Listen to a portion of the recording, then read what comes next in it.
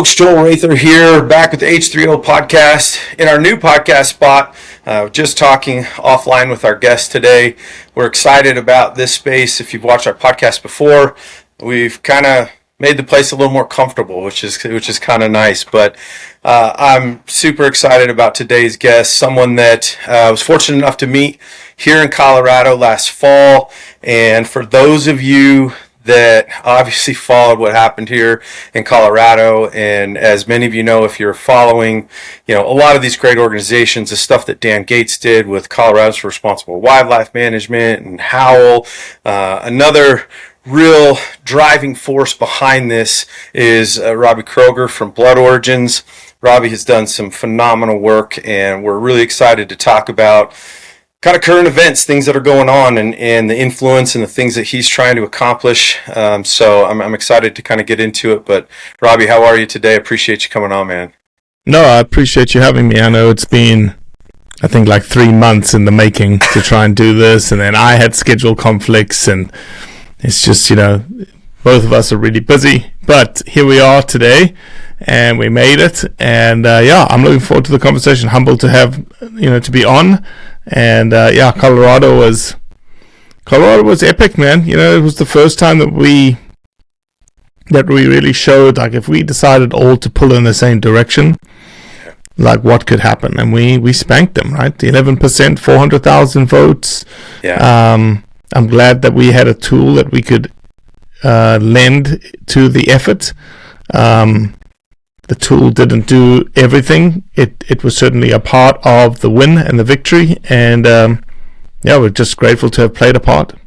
Yeah, I think we were originally kind of introduced to you and the project. For those of you that haven't maybe seen what Robbie and his group did, they put out a documentary. I think if that's correct, kind of film, if you will, called Lionheart. And our friends at Uhler's Archery, they stepped on board and really tried to help promote. And as soon as kind of I started seeing this come out, we were like, as you said, right? Like, we all got to pull the rope here, and I think there was some like nervous tension, and Dan Gates really did just an amazing job, and he continues to, 100%. Yeah, he was a goat, man. He was brilliant. And the fight doesn't stop, right? We'll talk about some of those things today, but I got to credit you for. Let's talk a little bit. Maybe start up with the Lionheart film. I think that fortuitously, as you kind of finished that project, this whole kind of initiative kind of came into the conversation where the timing, I think, matched up. You were already, I believe, and you can speak to this, in the process of putting that together, and it just so happened that it just became kind of a natural match to bring that thing to the forefront when you did. So talk a little bit about that. Yeah, I've heard other people say that it was pure coincidence that we had Lionheart ready for this ballot initiative, and that's the furthest from the truth. We knew something like this was coming. We didn't know exactly what it was, but 3 years ago, we started seeing, and we were speaking to folks in Colorado, specifically a guy called Justin Anglovich, about houndsmen, and it's the most vilified hunting practice there is. Yeah. So there's certainly going to be controversy around it. Certainly people are going to use it as a low-hanging fruit to come after hunting in that regard. And so 3 years ago is when we started the process. 3 years ago is when we started raising the money. We needed to raise a lot of money. That took a lot of time. And then we needed to go and film it. And the filming was about 38 days in 5 different locations. Over 2 different seasons, and then it was all post-production from there, right? And so we actually had Lionheart complete in the summer of 2023, and we knew that the opponents of ours, the proponents of removing lion hunting, had come after lion hunting at the commission level and lost. They'd gone after it at the legislative level and lost. And so the word on the street was they're coming after it through the ballot initiative process. Yeah. And we thought it was going to actually happen in 2023. That's why we were getting it ready to release in 2023. That's why it was ready, but it didn't come in 2023. And then we got word that, hey, it's coming in 2024. And so we just held tight and we just sat on it. And lo and behold, the ballot initiative process came. We were ready. They got approved. And then we went to work in terms of the premiere in Denver, Colorado, during the time frame of them being approved and the election, and then all of the digital media strategy that went in behind Lionheart to get it into the non-hunting public's hands. And interestingly enough, when the vote occurred, I think Lionheart was at like 185,000 votes. Views, 85,000 views on YouTube, all organic. And then I don't know what's happened since, but I just looked right now as you were introing it. It's at 213,000 views today. Yeah. So it still had traction beyond that, and still today, like a couple of weeks ago, I saw that it got 2,500 views in the last 48 hours. I'm like, man, I don't know what's happening, but it gets pulled. But yeah, it's a great film. It was built for non-hunters. It wasn't built for hunters, and it was built to explain what a lion hunt is. It was built to explain the heart of a lion houndsman, and it's his relationship or her relationship, because we have two badass women lion houndsmen in the film, with their dogs and with the lion.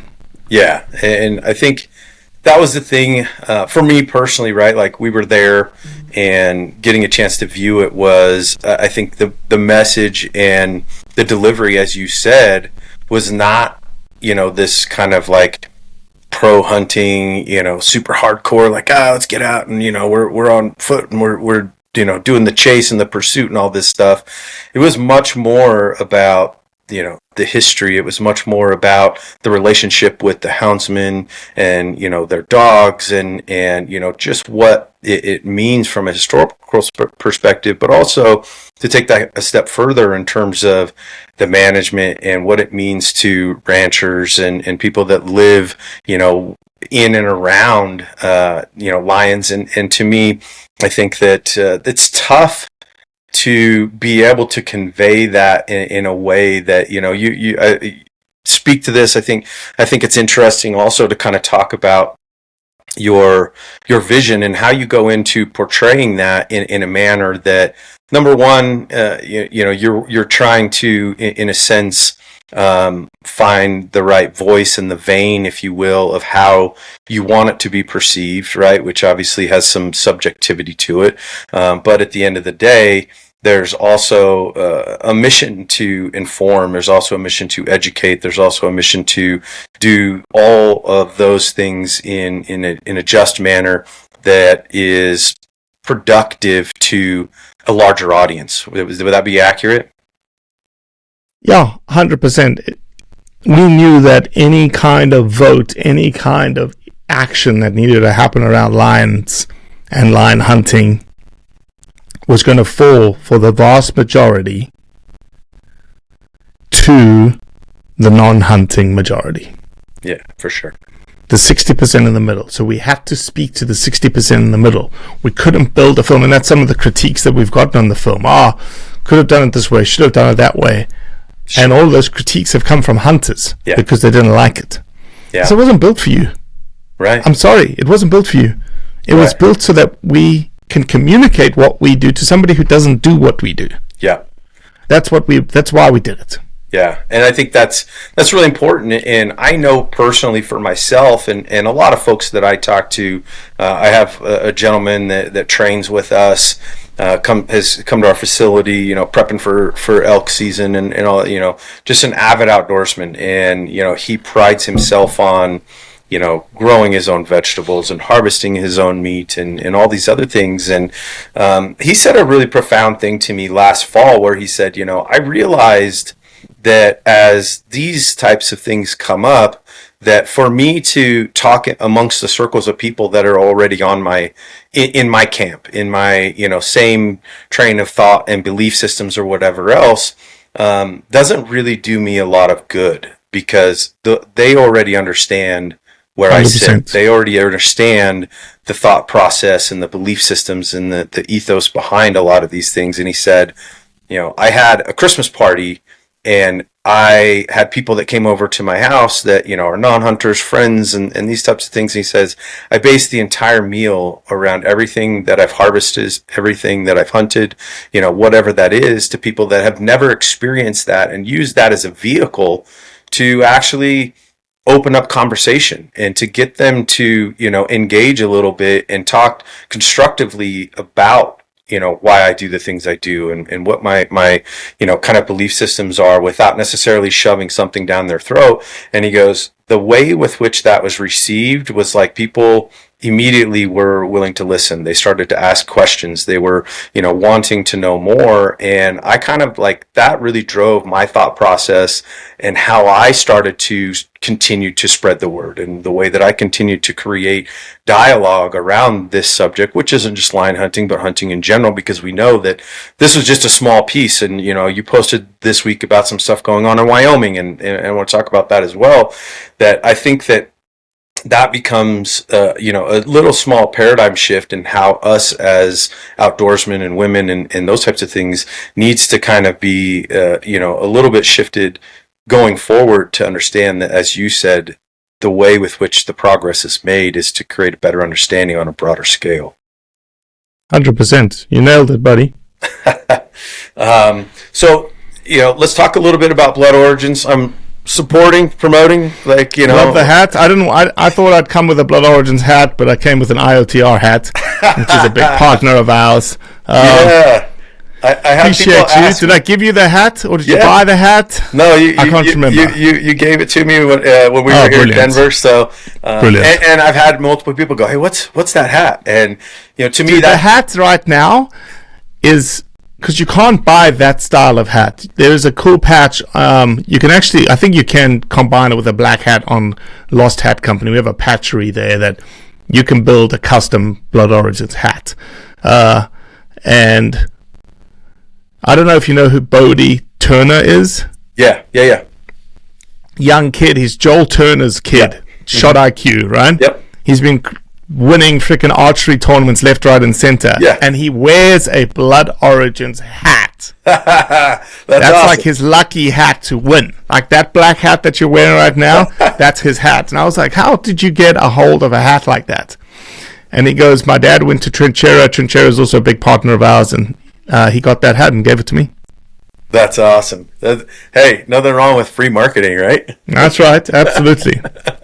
That's great. Well, to talk a little bit about, if you go to your website, Blood Origins, I think that whenever I start to kind of do my homework and, what's the genesis behind what you do, right, is that you have a really great intro to how Blood Origins came about. I want people to understand that just a little bit, because I think it's a really intriguing story. And I think, as you mentioned in that, probably a little bit, you're originally from South Africa and living in the U.S. now, right? And I think your perspective on where we sit as Americans in the landscape of hunting has been somewhat eye-opening to you, and I think there's a lot of kind of crossover in how this has come to life. So talk a little bit about that and let us know kind of what Blood Origins is about, and then we'll get into some of the things that you do as well.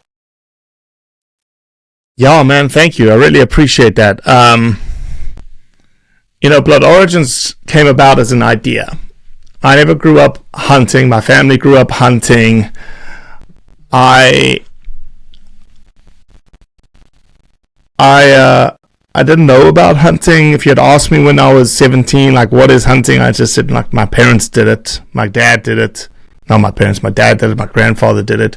I wouldn't have an opinion left, right, or center of what hunting is. And neither did you need to have an opinion back then about hunting. Hunting wasn't under threat. It wasn't under attack or anything like that. I was a conservationist, a wildlife conservationist. I've been that my entire life. I've been a restoration ecologist for the last 30 years.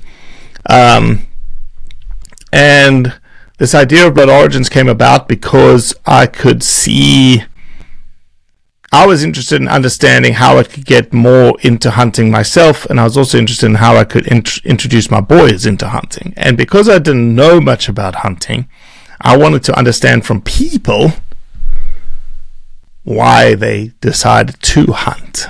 You know, I didn't have this like growing up constantly in it. It wasn't innate to me. It was just something foreign to me, really. All I had was stories from my grandfather. And so I started looking around. Social media was just starting at the time, or not just starting, it obviously is around. Outdoor channel, sportsman's channel, and I just really couldn't find people talking about really simply why you hunt. And so I had this idea that I was like, man, my grandfather has some cool stories. Could I start exploring those stories and exploring people in his life? And then maybe could I speak to some people in the hunting space and get their ideas of why they hunted? And I just had this vision of what it needed to be and what it needed to look like. And off it went. And we started filming people's stories, and it was never about me. It still isn't about me. There's no ego in this at all tied to what I do. But somebody in the early stages of Blood Origins, a guy called Cuz Strickland, who's a very well-known cinematographer, was sort of like part of the patriarchy of the Southeast turkey hunting, deer hunting, filming scene. He said to me, you know, you need to be in every episode. And I said, well, I don't really. He goes, yes, you do, because you need to be able to tell people about this individual. And I was like, okay, that makes sense. I can humbly talk about somebody without them actually saying anything about themselves, which is pretty cool. And so that's how it started. And we did 3.5 years of just that, just telling people stories. And I almost did it the right way, but the wrong way. And I say that by saying I did it the wrong way in that I wasn't interested. I was obviously interested in finding financial partners to help us do what we do. But I wasn't interested in the model that the hunting industry has, which is you belong to someone. You belong to a camo company, a gun company, a bino company. You got to pimp their product. You got to say this is the best thing in the world. I didn't want that. Rather, I wanted to belong to everyone. And little did I know that wasn't something that was palatable to anybody yet. And so, you know, I pretty much raided my savings account, took everything out of my savings account. My wife said, you need to make this sustainable. We made it sustainable. And then a friend of mine in South Texas, a guy called Jay Leidendecker, said to me, as well as a guy called Ricardo Longoria, said, man, you need to convert yourself into a 501c3. Like you need to change your business model, otherwise you're going to fizzle out and die. And so we did. And at that same time, we changed our pipeline to being, yes, we still tell people stories. Like today, number 84 drops today. Snow Hewitson. But interestingly, we could then start talking and speaking more generally about advocacy and awareness of hunting issues around the world. And that's what we got known for a little bit more. Is I've got a PhD, I have acumen, I understand how to speak to people, I understand how to broadcast a message, and that's, again, we were known for our stories. We became known for then speaking out and not being afraid to speak out. And from there, it's just grown and grown and grown and grown and grown to what you see today. And I feel like we're on a rocket ship right now in terms of, you know, everything that we deal with, everything that we're talking about, you know, the partners that we have. We've broken the model of the hunting industry, which is we don't belong to anyone. We belong to everyone, and we've got lots of partners that agree with that philosophy. And we're off to the races now. Yeah, and that's awesome. I totally understand that. I think that's one of the things that, you know, in some similarity, our company was much the same. Not from a nonprofit perspective. We don't make any money at all whatsoever. So I say that in jest just a little bit. But we never started H3O with this like, oh man, like this is gonna be our ticket to, some solvency and, we're going to hit the market and people are going to love this and we can sell, and let's partner with as many organizations and things that we can, so on and so forth. It was more, for me, just based on a vision of that, I've been a professional strength conditioning coach for 25 years. It just so happened that I grew up in, the Midwest. I grew up in Nebraska. My parents grew up in the Dakotas, and we were just introduced to going through hunter safety and fishing, and we live in a huge area where there's a lake and there's waterfowling and all these things, and it was natural for me because my dad introduced me to it. And then you fast forward as I become an adult, which I'm not a big fan of, but at the end of the day, I still try to be a kid at heart, and I get into my profession, which is the human performance world, and educationally and all that stuff. My bachelor's, master's degree, and I've worked in the sport environment, and yet all of a sudden I found myself in a position where I kind of had this aha moment where every year I was prepping for my archery hunt in September, and I'm training to prepare for it.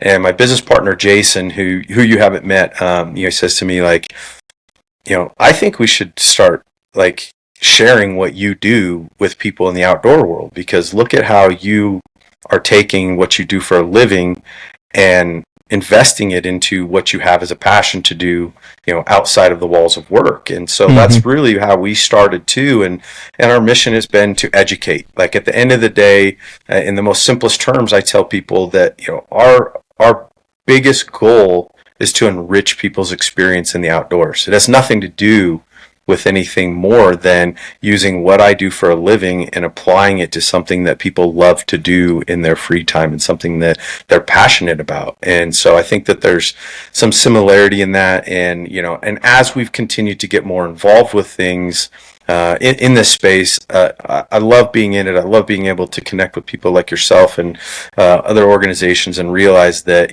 we can do a lot more than just show people how to lift weights or show people how to get in shape or whatever. And I've kind of taken some ownership in realizing that anything that we can do to support and uphold the future of what's going on right now. And last year, I think, was a huge eye-opener for that, as you have kind of mentioned a little bit in your mission statement and story, like, I think a lot of us lose sight of the fact that we're somewhat under siege with what's going on within the outdoor community and the hunting and trapping and all these other things. And so I last year for me was something where I'm like, I have to do better, and I have to take a better stance on why, I want to continue being able to do these things, and I have to be more of a steward for what's going on. So, talk a little bit about, whether it's Wyoming, whether it's things that you're seeing. I know that you keep a pulse so much better, obviously, because it's, it's in your business, if you will, to kind of,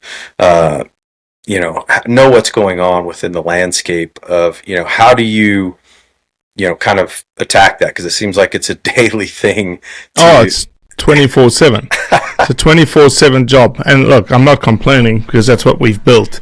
Right. But a lot of people will say, that's not really 24/7, Robbie. And I said, no, it is, because when I'm asleep, Australia's awake. Yep. And New Zealand's awake. And yep. Africa's been awake for 6 hours. And so it's, there's issues happening everywhere. And so you just got to, again, we've got a really good mole network all over the world that feeds us information. We figure out exactly like what we want to say, what's needed to be said. Do we need to say it now? Do we have to wait a little bit? Do we need a little bit more information around it? And then to your point about education, really what we do every day helps educate hunters and non-hunters specifically around these topics. So, for instance, let's talk about Wyoming, right? So HB 286 right now is a bill that's being proposed by a single senator. He's got a couple of co-sponsors now, and he wants to remove Wyoming mountain lions as a game species, i.e. it's, any method you want, whenever you want, however you want, no quotas, no nothing. And some in the space will go, well, that's a good thing. But if you take a step back and you go, okay, let's think about this. What's our ultimate goal at the end of the day? Our ultimate goal is for very, well-managed wildlife, sustainable wildlife for the future, for our kids and our grandkids one day. We're also very cognizant of the perception around hunting, and so when it becomes a free-for-all, it's not a good perception. Okay, there's nothing wrong with it. Don't get me wrong what I'm saying. It's nothing wrong with it, but especially for specific animals. But in the social sphere that we live in today, which is extremely important, and you can't dismiss it, it's not good perception-wise to do it. So that wouldn't be a good law for us to back. It isn't also, if you're thinking long term, the major implication of HB 286 is it shows everybody that is starting to stack the cards of like, hey, we want to manage grizzlies, something that's been on ESA forever. We want that to be at the state level. We want that managed at the state level. And if the state level is saying, oh, predators, we're going to like a no holds bar, do what you want management approach, we're likely not going to get grizzly management at the state level, because all they have to do is point the finger at the state and go, see what they're doing with mountain lions? Imagine what they'll do with grizzlies. Yeah, I think that's it, man. And I think the biggest, or one of the factors that plays into all this is just understanding how these decisions, propositions, whatever, are going to look way downrange, right? Which is, what are the implications, not today or this year, but 2 years, 3 years, 5 years down the road in a much broader scale than just the species itself.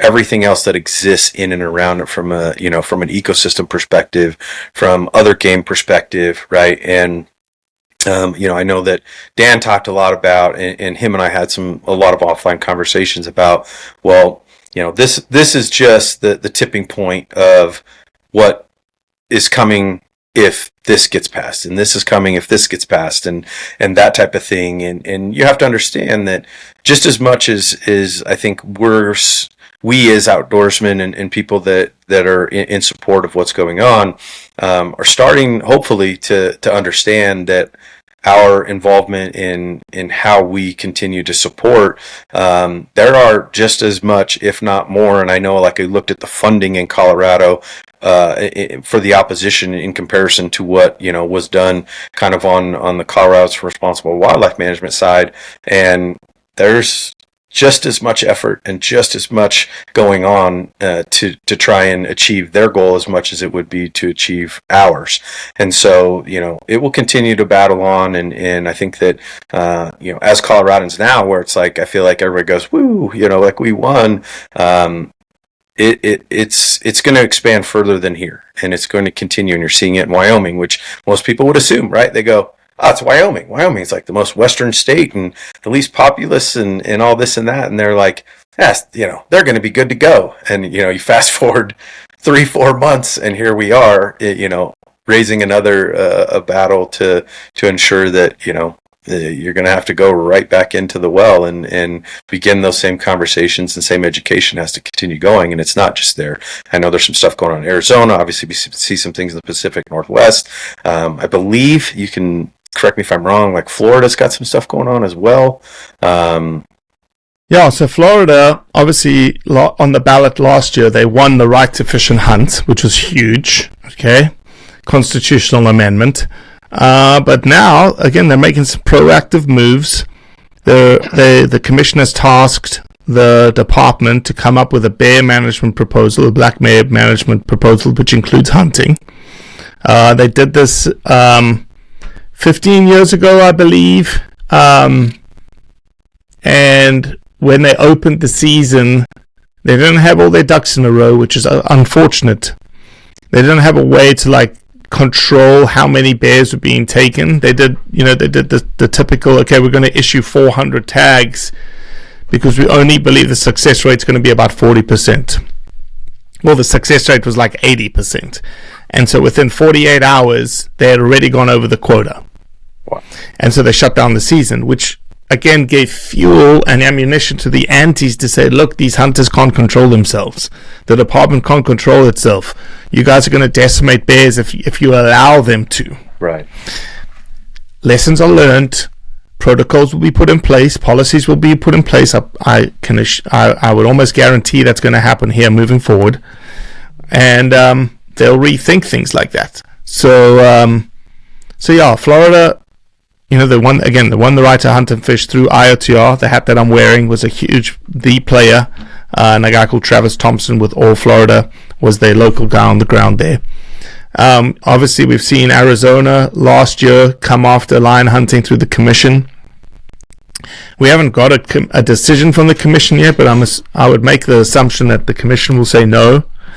But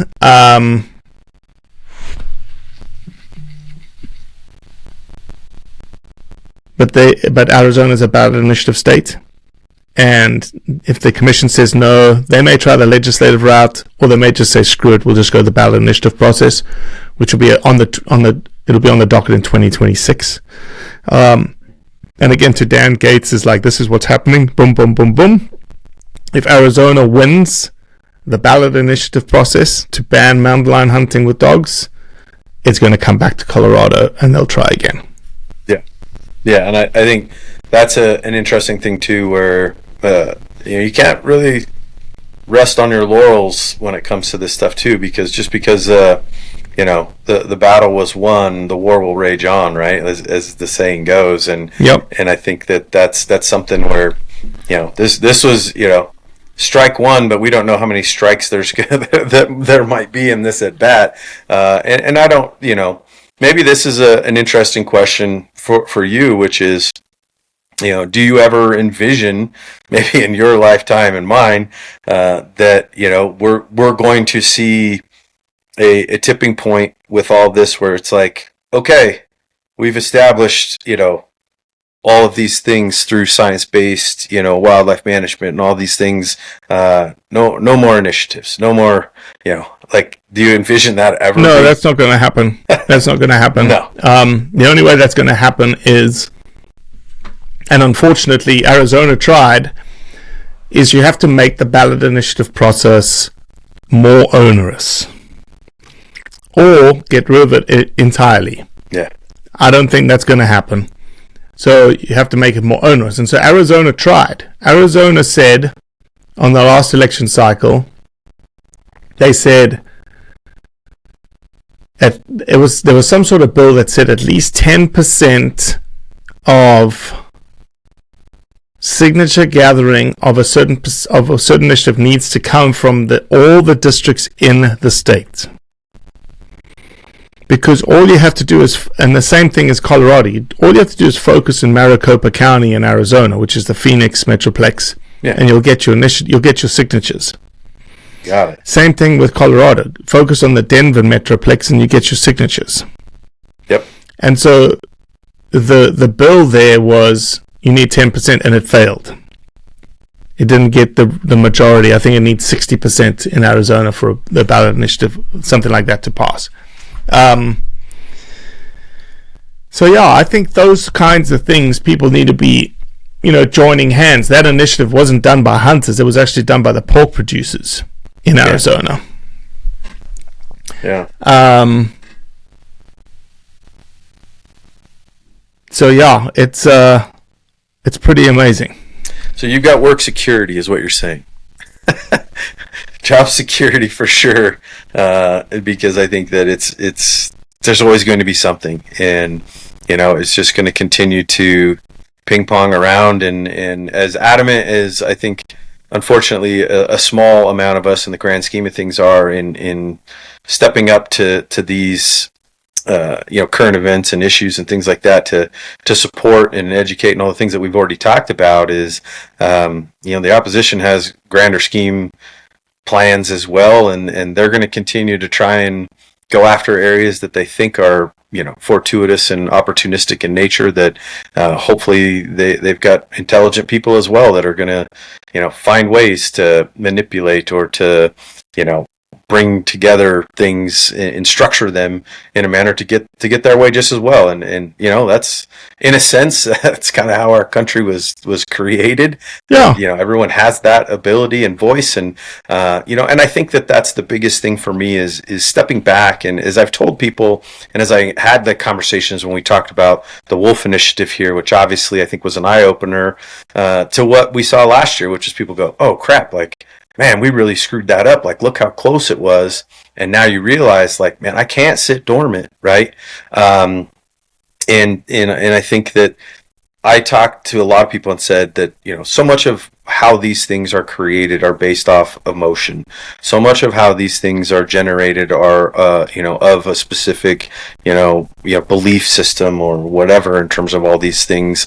And that, as we saw last year, especially with, the way that the ballot was created here was trying to curtail or in some ways I think hide, and maybe that's not the correct term, but minimize, if you will, what we know from our wildlife biologists and the science and the statistics and all of the things that we see from not just here, but as you expand that, right? Like as you look at other states, right? Like look at what happened recently in the last couple of years with Idaho, and Idaho kind of going like, holy cow, like we have to do something. We now are in a position where the introduction there has become problematic, and we need to find other methods and avenues to, in a sense, not reverse, but at least try and assist in gaining a better foothold in how conservation and in the landscape within wildlife management is going to go moving forward. So, yeah, I mean, we can, this could be a 4 or 5 hour podcast. I know you've probably talked about all these things before, probably at nauseum, and you're like, let's talk about something fun. No, there's just lots of stuff happening all over the world, right? And yeah, I think it all really, a lot of it comes down to, there's a lot of rhetoric out there to save the X, like save the wolf, save the cougar, save the grizzly, save the horses, save the polar bear, save the elephant, yada, yada, yada. And I think that rhetoric needs to change to sustain the X. I think that there's, a lot of, I think the rural voice is not being heard. It's being overpowered by an urban voice. I think that that's something to somehow mitigate. I think that, wolf reintroduction into Colorado was going to happen. It was happening already. It was moving naturally in that direction. Yeah. There was no need to kickstart it the way that they're kickstarting it, and I think that has caused the angst that you see from everybody right now. Sure. I think that human populations are burgeoning or growing. They're putting increased pressure on habitats and wildlife, and that's causing more and more human-wildlife conflicts. People that are starting to not value the animal any longer. So it's interesting. It's an interesting time that we live in right now, and I think that just for instance, grizzlies, like people used to recreate in certain mountain ranges, and now they don't want to go back in there because of the fear of grizzlies, and it's like that's not good. But I'm not saying that grizzlies shouldn't be there. I'm just thinking, is there a way that we can coexist? Because that's not coexistence. Coexistence means I'm allowed in the place as well. And I want to be in the place, not allowed. I want to feel comfortable in a place. And I want grizzlies to feel comfortable in a place. But right now, it's like the grizzlies reign. Like there's no way that a human can even interact in those landscapes and feel safe interacting in those landscapes. That's me in a nutshell right there. I have very little interest in entering into that domain for numerous reasons, but I'll be the first to tell you. And I've told I was recently in Mexico. A friend of mine, just crazy circumstances. Him and I actually ended up at the same place. He does a ton of work with, a whole host of different companies, and he guides in New Mexico, he guides in Colorado, he guides in Wyoming, and we had that exact discussion, and I was like, man, I said, how do you feel when you're in Wyoming? I'm like, are you like looking over your shoulder? I'm like, what do you carry? All these things. And he is talking about kind of some areas they go that are, not very known to having a lot of grizzlies, and that they stay kind of out and about, or out and a little bit out of that kind of area. Cause I was like, man, you're a braver man than me. That's their territory. And I don't like the unpredictability of them, but that's a whole other story. So, but let's talk a little bit about, I wanted to make sure that we get to some of the things within Blood Origins, right? You've got your conservation club. You've got all of these veins within. Not only, you're not just solely pulling the chain, right, and saying like, I'm the one that's gonna, drive this thing. You have a board. You obviously have your projects that you're continually trying to build funding for. But there's also some ways with which people can get involved with Blood Origins. 100%. Yeah, we're part of that network. We're supporting and continuing to try and we need to change your. I think you might have made a little error in your support donation. I really appreciate it. It's a start.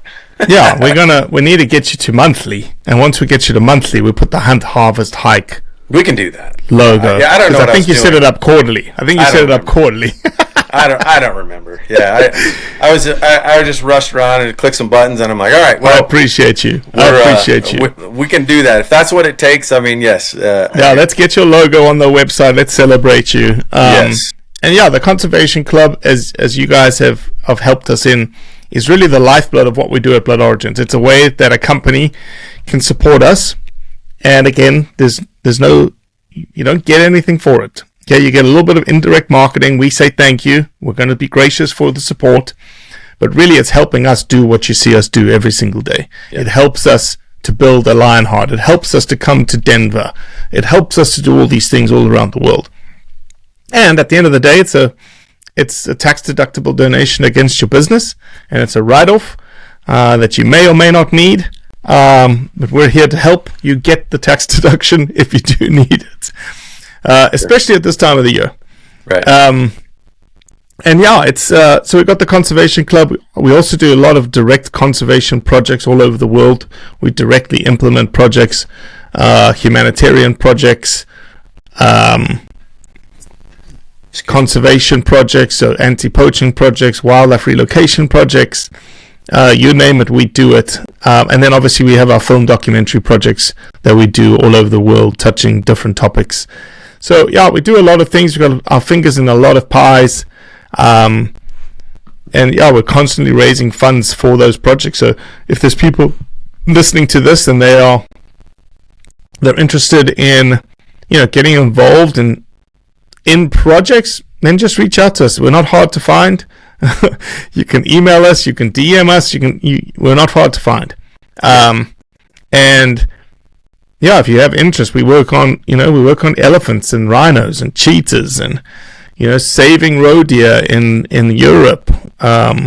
We've got venison distribution programs happening all over the show, feeding the hungry. Yeah. We build clinics, we build schools, we have a scholarship program. Like, whatever's your flavor that you're like, man, I want to invest some money in, say, education, we have it.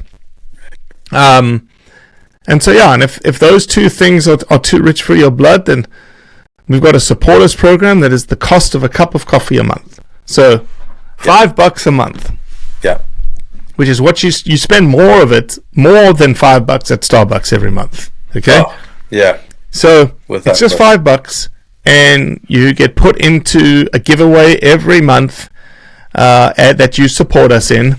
And so, for instance, this month you got a $500 Everly gift card. We got a $100 Dead on Display gift card. We've got a Biltong gift pack from a company called Ioba. There's one more thing that I'm missing, but there's just lots of cool stuff happening every single month that you could be a part of. And some months we'll throw in a gun.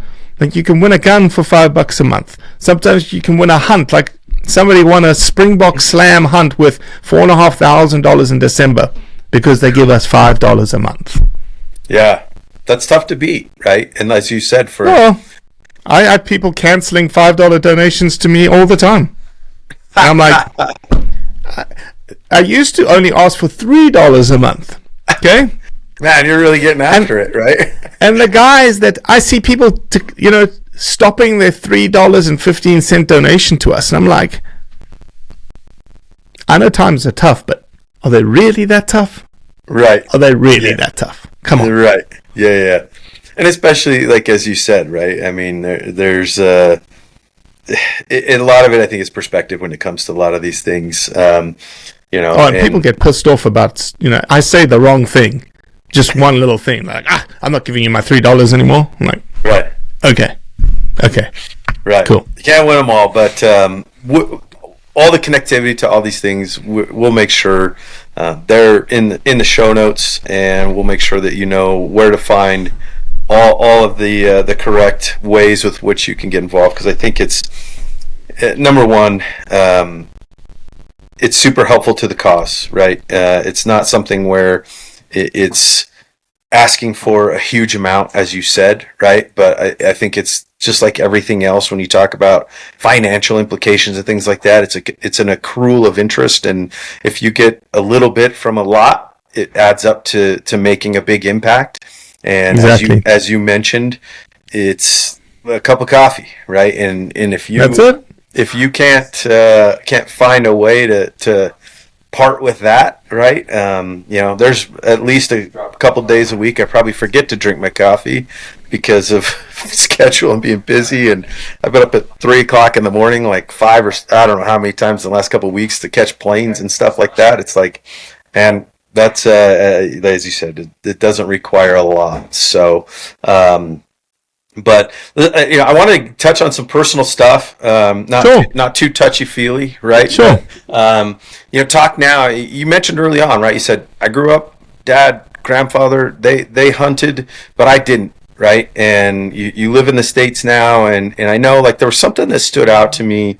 Kind of reading through everything within the website and stuff, and you said something to the effect of, I live here now, and occasionally or whenever I get a chance to be out in the field, I have this like moment of like, man, I can't believe I get to do this, or something to that effect, right? Like, what how has that changed for you? What is your, what's your most favorite or go-to, if you will, in terms of getting out in the woods? Like, what do you love to do the most, or is it just an all-encompassing? Yeah, I think it's all-encompassing. And what you're referencing is, if you've never grown up in another country, you actually don't have perspective of what you have here in the United States. And so that what that statement is that I can leave right now, and within reason in terms of season,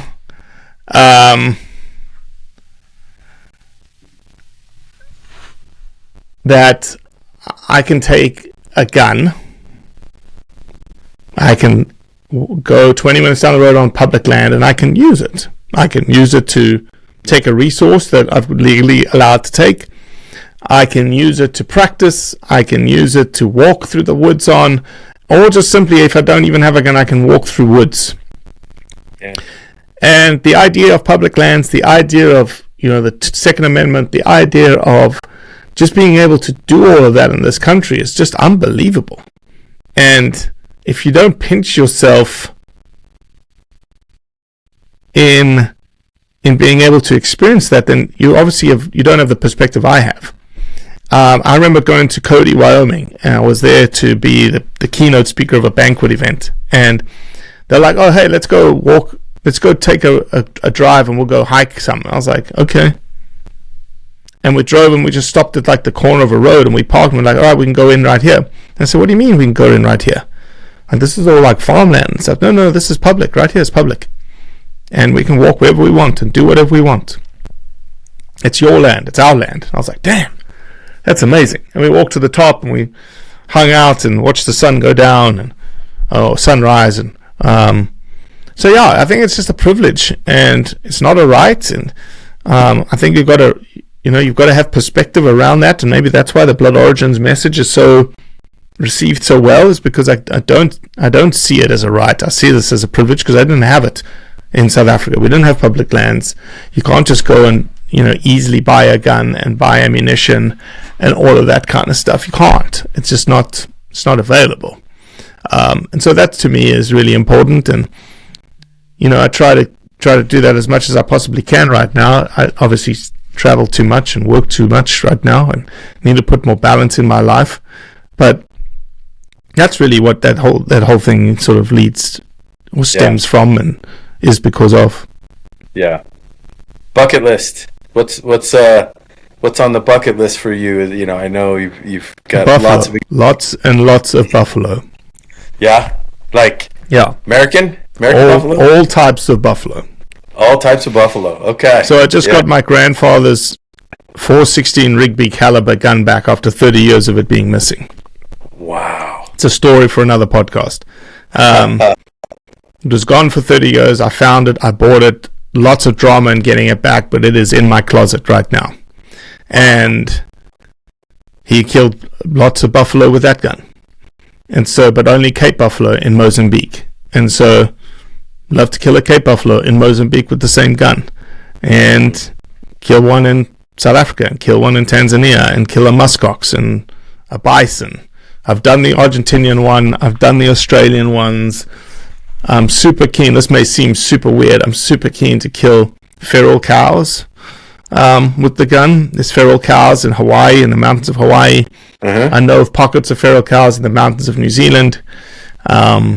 Mexico has, they've got areas where they've released old Mexican fighting bulls, and they've bred into feral cows into the system. So, wow. Yeah, a little strange, but that's what I want to do. I'm sure they taste great.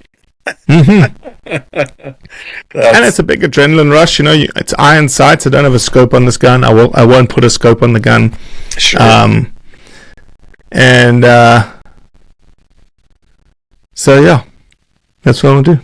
Yeah, that's pretty cool. I mean, especially as you said, a story for another podcast. It's like I can only imagine like the excitement to reacquire something like that, especially for that long of a period, and to now know the history behind that and the family, like as you said, it's like now you have this like, man, I have such a path of where I want to go now that I have this, right? That's so cool. Very, very cool. Yeah, it was built in it was probably built in 1951. Wow. Yeah, I'm actually going to. I know exactly who built it, and it was built by a company in Colorado. Really? Bertram and Co.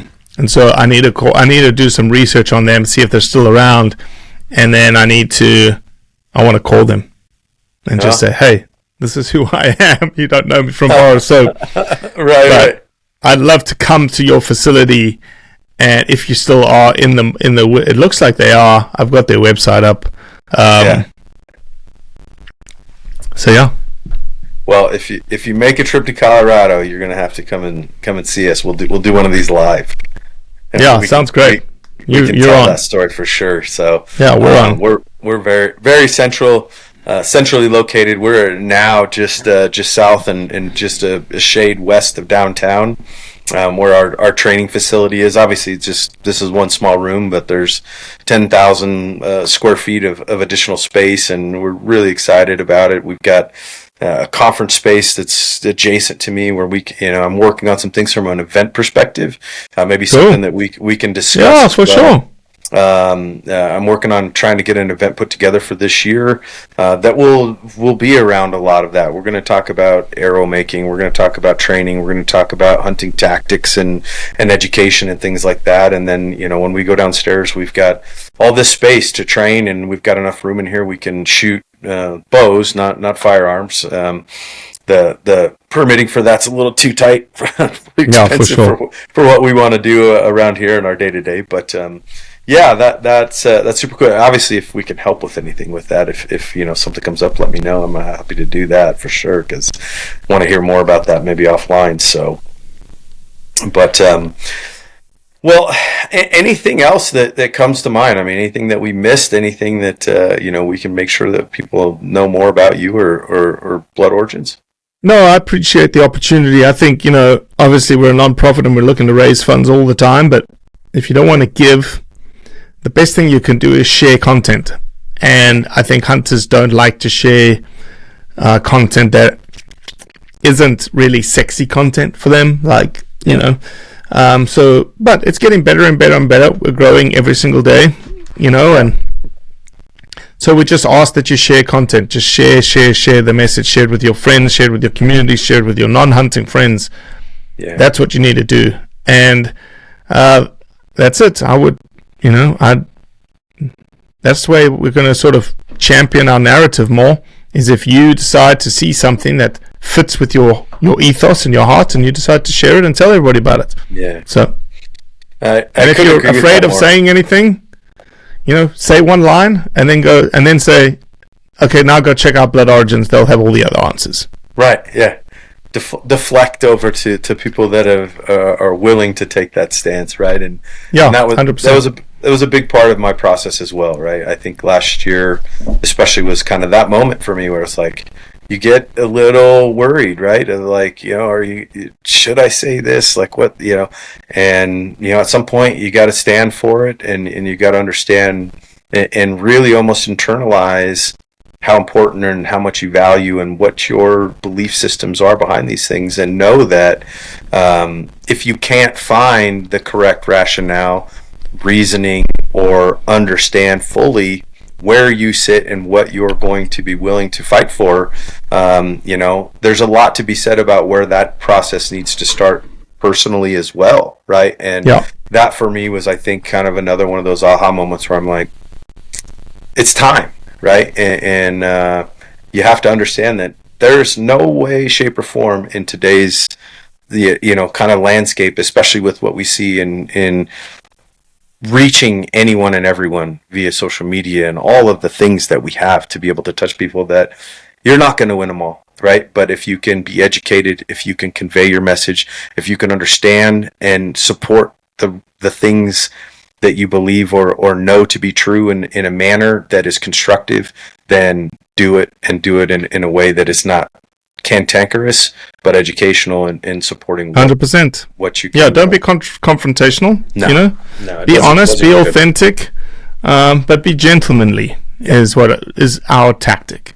Yep, 100%. So very cool, man. Well, I greatly appreciate it, guys. If you are not on board with Blood Origins and Robbie and what they're doing, please go find them on social media, go to their website, get involved, sacrifice that cup of coffee, or even better, get to a higher level, right? And understand that this amount that you guys are doing is truly appreciated. For one, I want to thank you for that, and we will continue to pull the rope as well. So appreciate your time, man. Thank you so much. Thank you, dude. All right, guys. Until next time, we'll see you.